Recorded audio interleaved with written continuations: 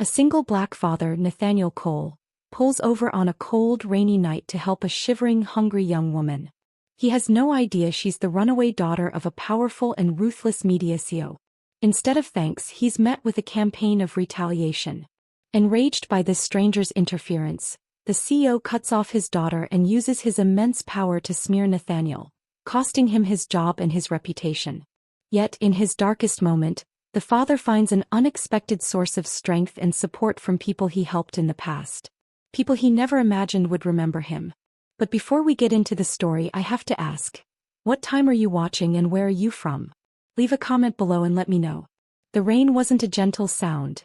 It was a violent, wind-driven assault on the car. It slapped the windshield sideways as if the sky itself had run out of patience. Nathaniel Cole leaned over the steering wheel, his eyes squinting through the blurry mix of water and the amber flicker of dying streetlights along the cracked road of Pine Hill's outer suburbs.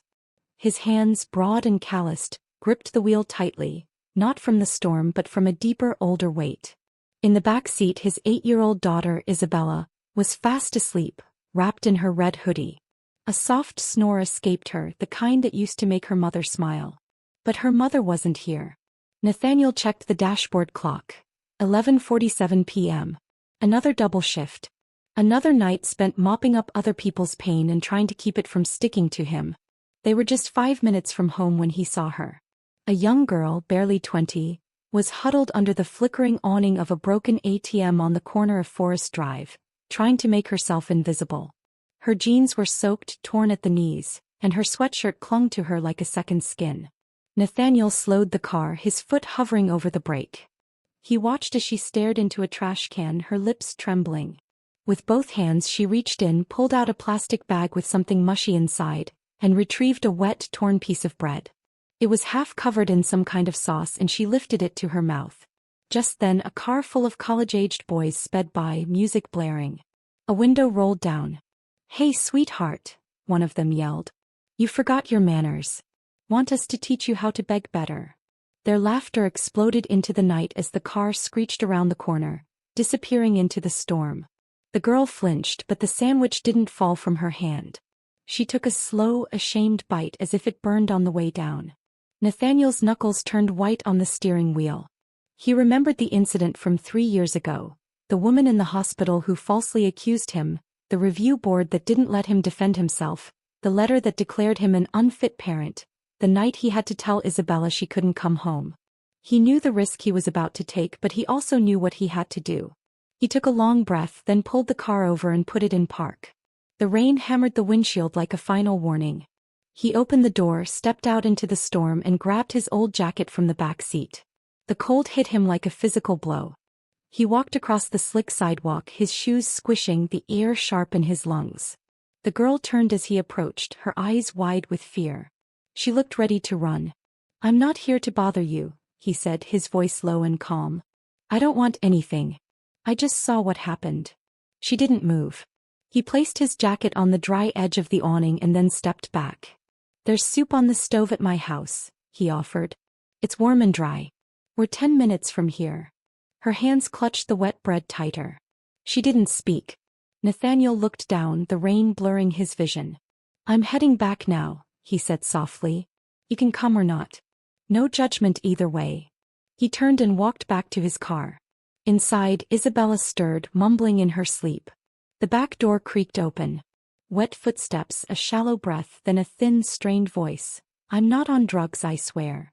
Nathaniel didn't look back. "There's a towel in the back and a seatbelt," he said quietly. "You don't need to swear anything." She slipped inside. He didn't ask her name and she didn't offer it. Because sometimes kindness isn't a conversation. It's just someone not looking away when you need them the most. The storm followed them home, tapping against the windows like an unwelcome guest.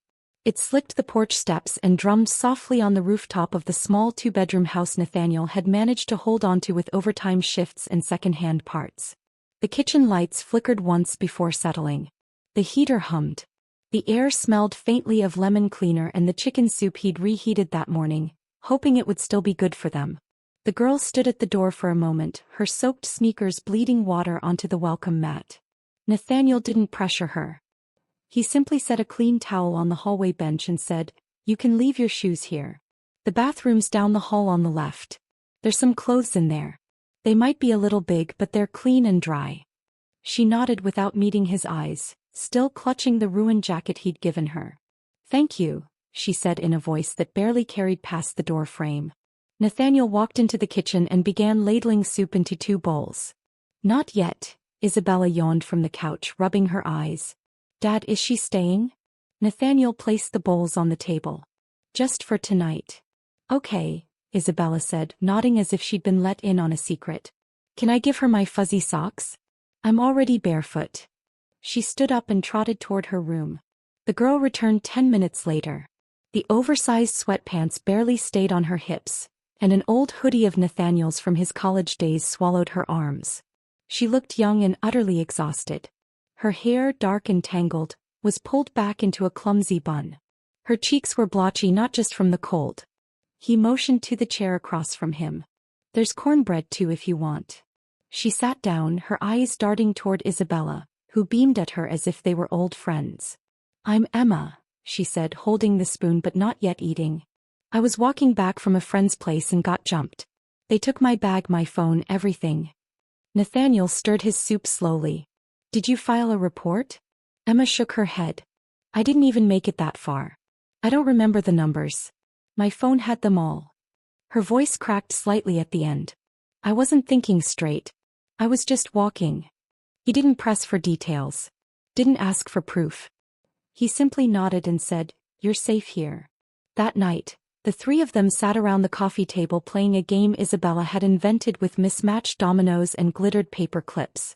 Emma didn't win, but she laughed when Isabella accused her of cheating with puppy eyes. Nathaniel watched, the quiet alertness of a man who never fully rests still present in his gaze. Later, after Isabella had yawned her way to bed, Emma stood by the sink, washing dishes without being asked.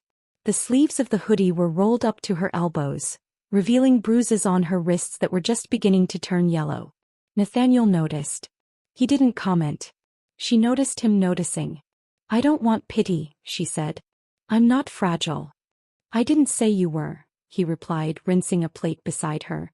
But fragile isn't a bad thing. Some things have to crack before they can be shaped. The girl didn't respond, but she scrubbed a little more gently.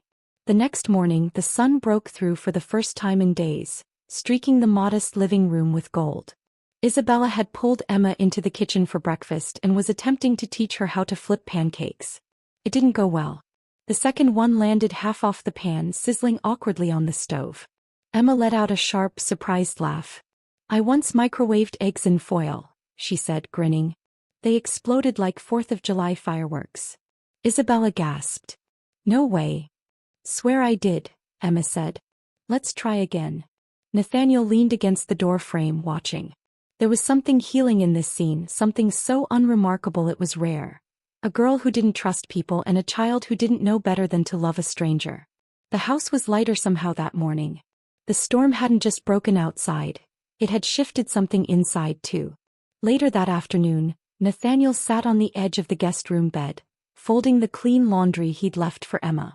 As he picked up the sweatshirt she'd worn the night before, a small laminated card slid from the pocket.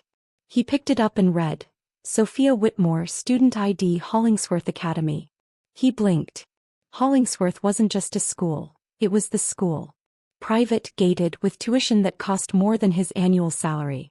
Whitmore, as in Richard Whitmore, the media titan, a kingmaker and one of the most powerful men in Missouri.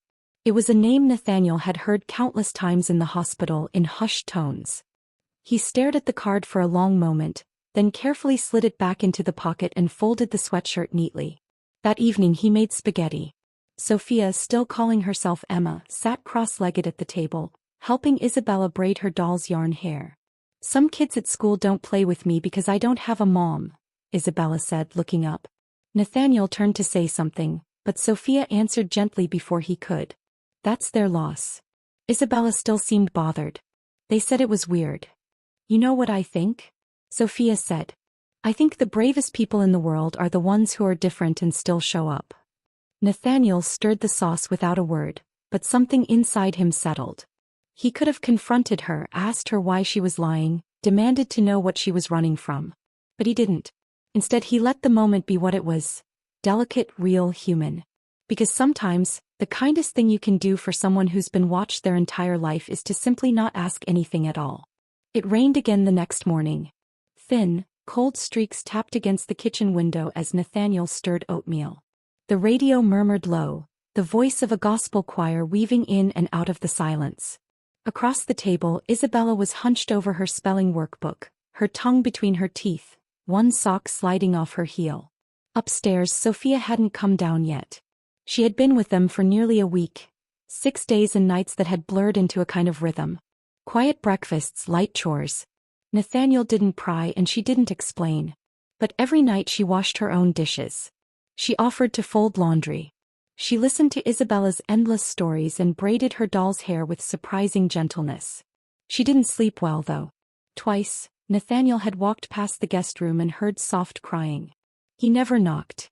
That morning she finally came down, her eyes puffy but determined. He had her backpack on. Isabella looked up. "You're leaving?" Sophia nodded slowly. "I think it's time." Nathaniel didn't ask why. He just reached for a clean container and started packing some leftovers. "Take the soup. It'll still be warm in a few hours." Sophia bit her lip. "You don't have to." "I know I don't," he said. "That's why I'm doing it." She hesitated, then pulled a folded envelope from her jacket pocket and placed it on the table. "For you and Isabella." I didn't know how to say it out loud. Then she left. Nathaniel didn't read the letter right away. He waited until Isabella was asleep that night, her breathing soft and even. Then he sat on the couch, unfolded the paper and read it. "I never thought a place like yours could exist. Not just the house, but the way you looked at me without asking for answers. The way Isabella offered me a spoonful of soup like it was the most natural thing in the world. You both let me breathe. That hasn't happened in years. My father doesn't allow mistakes, not even small ones. So when I ran, I didn't think I'd be believed. I didn't think anyone would see me without seeing him. But you did. And you didn't ask me to explain. That scared me more than anger would have. I'm sorry for leaving like this. I'm scared again, but this time I'm scared of what will happen to you because of me. I've seen what my father does when he's crossed. He won't yell. He'll dismantle. Quietly, legally, completely. I'm grateful. I'll never forget your kindness. I hope the world doesn't forget it either. Sylvia." He folded the letter and placed it in a drawer next to the light bill he could no longer pay. He didn't sleep that night. 3 days later, the phone rang just after dawn. "This is Richard Whitmore," the voice said, cold and clipped. "I'm calling to thank you, Mr. Cole. You helped my daughter experience rebellion in a perfectly controlled environment. But let me be clear. I don't take kindly to people interfering with my family. You may think you did something noble, but consequences are coming. Not threats, just inevitable outcomes." Nathaniel hung up without replying. He wasn't surprised. He had known who Sophia was the moment he found her student ID. But kindness wasn't contingent on ignorance. An hour later, the school emailed. Isabella's free lunch was suspended pending a home environment review. The next day, the hospital called. He was placed on administrative leave during an active investigation. That night, his bank account froze. No warning, just gone. By Friday, the local news ticker ran his name. Local nurse questioned after harboring runaway daughter of media tycoon. He unplugged the TV. Isabella sat beside him on the couch. "Daddy, are we in trouble?" He stared at the blank screen. "We told the truth. Trouble or not, that hasn't changed." She leaned her head against his arm. "I liked it when she was here." He nodded. "Me too." The next day they ran out of bread. Then milk. Then fresh food. On Sunday, with their last carton of milk long gone and the pantry bare, a knock came at dusk. Nathaniel opened the door to find no one, just a large box on the porch. Inside were fresh produce, bread still warm, and 3 jars of homemade soup. A folded card lay on top. "No one forgets the person who helped them breathe again." He stared at the handwriting. Evelyn. A nurse from years ago. He'd once stayed 2 hours past his shift so she wouldn't have to watch her father die alone. His knees buckled and he sat on the porch step. The sky above was streaked in violet and ash. He felt the weight of the week pressing against his ribs. But in the quiet, something rose to meet it. Not pride. Not anger. Just a clarity that refused to be crushed. Because even when the system came with its polished teeth and velvet threats, someone remembered. Someone still believed in good. And sometimes, that memory was enough to hold the world up for just one more night. The house had settled into silence after Sophia left, but it wasn't a peaceful silence. It was the kind that clung to the walls like humidity, thick and suffocating. Nathaniel kept moving, fixing squeaky hinges, refolding towels that didn't need folding, checking the pantry like food might appear if he just looked hard enough. But every room felt too quiet, too large, as if something had been taken away that none of them were ready to name. Isabella had stopped asking when Emma would come back. She just drew more watercolor people with big eyes and tangled hands, floating in skies the color of storm clouds. One evening she pointed at a drawing. "She looked sad here," she said softly, as if she were going somewhere she didn't want to go. Nathaniel didn't answer. He just nodded and smoothed her curls with the back of his hand. Outside the pressure was building. His suspension from the hospital hadn't been lifted. His bank account remained locked. The school still hadn't responded about the free lunch assistance. Bills came in with no money to pay them. Then came the news. A banner flashed across the bottom of the evening broadcast.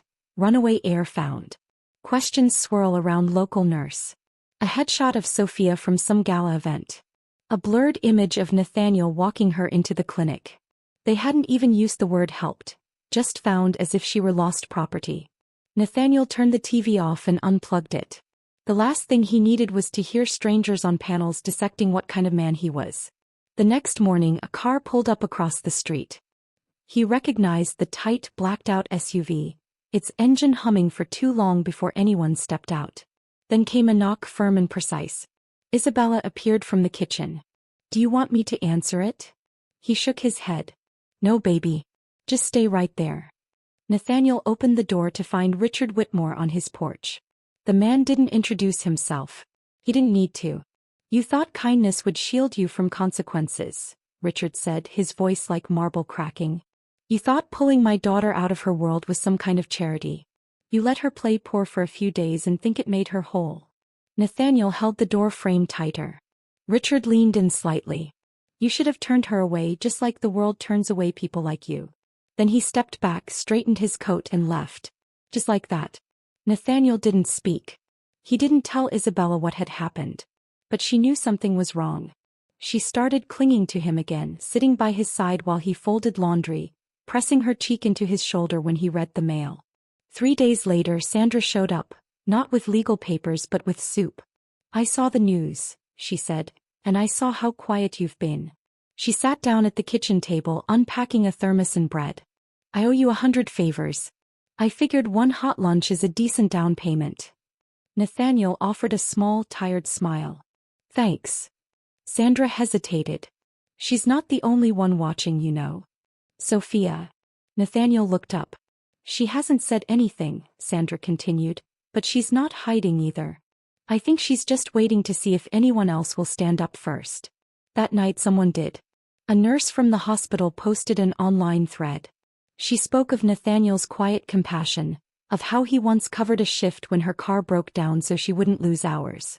A janitor from a nearby clinic added his story, how Nathaniel once bought him lunch every Thursday without a word. Then Evelyn, the head nurse from years ago, posted a video. Not a flashy one, just a candlelit room and a voice that trembled.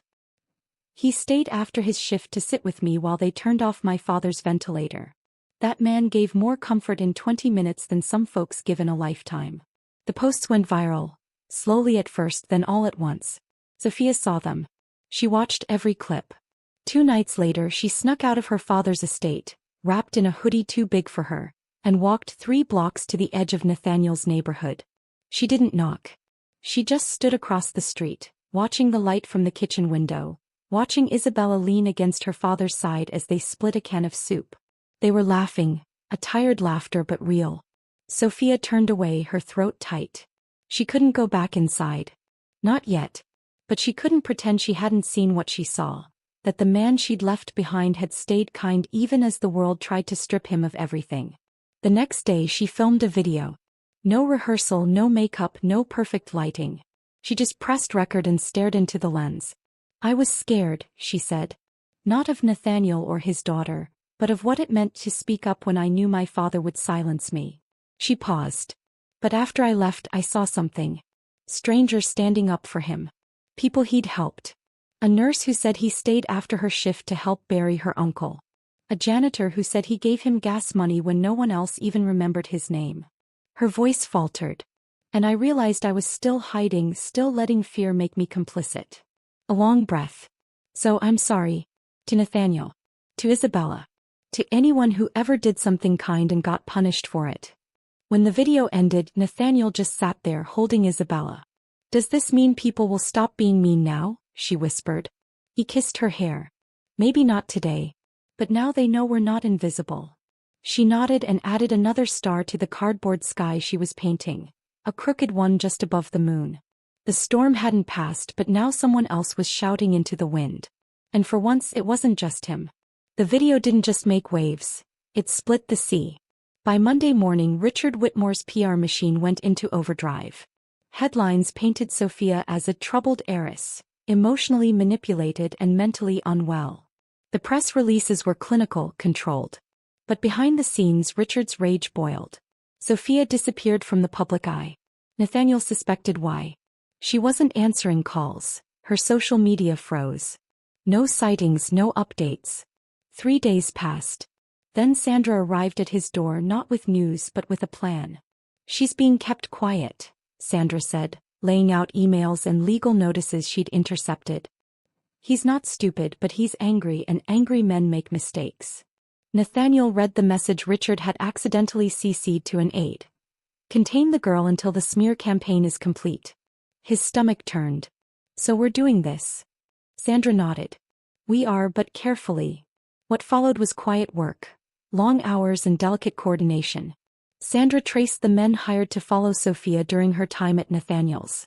2 names stood out. Security contractors on Richard's payroll. One had a record, the other had a habit of boasting online. Sophia managed to slip a burner phone to Sandra. Her voice on the recording was hushed but firm. They're trying to pin something on Nathaniel. Drugs maybe. I overheard them rehearsing a scene. I'm not safe, but I'm watching. Then came the setup. 2 nights later, Nathaniel returned home to find a strange car parked across the street. He didn't go inside. He walked past it, then looped back. One of the men got out, pretending to ask for directions. The other moved toward Nathaniel's porch, something in his hand. Sandra was watching from the bushes, phone camera rolling. When police arrived, called anonymously minutes earlier, they found nothing except footage of 2 men trespassing, tampering, and muttering about planting it under the sink. It was over in seconds, but the evidence was damning. Sophia, finally freed, went public again. This time not in a bedroom but at a press conference. She stood beside Sandra, holding documents, time-stamped audio files and security logs. This was never about rebellion, she said. It was about survival. And what I found in that small house wasn't manipulation. It was decency. From a man this system tried to erase again and again. By evening, Richard Whitmore was under federal investigation. The media tide turned slowly. First came the local anchor, once a loud critic, now reading a public apology on air. We rushed to judgment. We failed in our duty to report the truth. Then came testimonies from strangers. People Nathaniel had helped quietly without fanfare. I was a janitor, one man said on a live stream. He bought me gas once, even though I'd never spoken to him before. A nurse, another woman said, tears in her eyes. He stayed late to help me bury my uncle. Never even told anyone. Even Walter, the gruff security guard from Nathaniel's old hospital, came forward on camera. He asked me once if I had gloves for the winter. I realized I'd worked beside him for 2 years and never asked if he was okay. That shamed me. The effect wasn't explosive. It was cumulative, like rain softening stone. Nathaniel didn't speak to the press. He didn't post, didn't argue, didn't gloat. He simply showed up at the free clinic the next Saturday, clipboard in hand, sleeves rolled up, greeting patients by name. That night, Nathaniel stood in the living room, a single flickering lamp his only light against the darkening sky. Isabella was asleep on the sofa, curled up under a threadbare quilt, her breath steady and soft. The knock on the door was not a question but a command, sharp, deliberate, and uninvited. When he opened it, Richard Whitmore stood on the porch, a man cloaked in tailored silence. His suit was immaculate, but it belonged to a different world. A world where paint didn't peel and grief didn't stain the corners of the carpet. He didn't introduce himself, he didn't need to. He stepped past Nathaniel as if entering a boardroom he already owned. "You thought kindness would shield you from the consequences," Richard said, his voice a low, dangerous growl as he surveyed the modest living room. He didn't sit. He hovered, circling like a storm. "You're an architect of good intentions, Mr. Cole. The problem is you built a house on a foundation of mud." From the hallway, a voice cut through the tension like breaking glass. He didn't manipulate anyone. Sophia stepped into the room, no longer the frightened girl from days before. She stood tall, spine straight, eyes steady, the lines of her face hardened by truth. "You did that. You tried to ruin the only decent person I found, just because he didn't fit into your world." Richard turned toward her, something shifting behind his eyes. It wasn't rage, it was something colder. "I built this world to protect you. You built a cage," she said, her voice barely trembling. "You suffocated everything human about us. I lost Mom to this life and I almost lost myself. But Nathaniel let me breathe." Nathaniel spoke then, not to interrupt, but to finish what had always been unspoken. "The only thing I ever took from someone was their pain. And the only thing I ever gave was a little kindness." He looked straight at Richard Whitmore, a man used to bending narratives to his will. "The people who stood up for me, they weren't paid. They weren't asked. They just remembered. And it seems kindness is the one thing you can't control, Mr. Whitmore." The room fell silent. Richard, who once controlled headlines, markets, and fear, found himself facing something he couldn't edit or bury. A quiet truth. He said nothing more. He turned and walked out, his footsteps dull against the wood, swallowed by the hush of night rain. Somewhere else, in a vast, sterile office, he sat alone hours later. On his desk was a photo of his late wife, Eleanor, smiling in a summer long gone. He didn't speak. He didn't cry loudly, but the tears came anyway, slow, unwanted, unshakable. Not redemption, not atonement, just the heavy stillness of a man who finally saw the cage he built from the inside. That same night back home, Isabella sat cross-legged on the rug, painting stars on a piece of cardboard. The living room was small but warm, wrapped in the quiet that comes after a storm. "Daddy," she asked, brushing gold onto a corner. "Does this mean they believe you now?" Nathaniel crouched beside her. "Some do. Some don't. But they see me now. That matters." She nodded, dipping her brush again. "Maybe you need more stars." He watched her add another one, crooked, bright, defiant. Then he stood and walked to the drawer.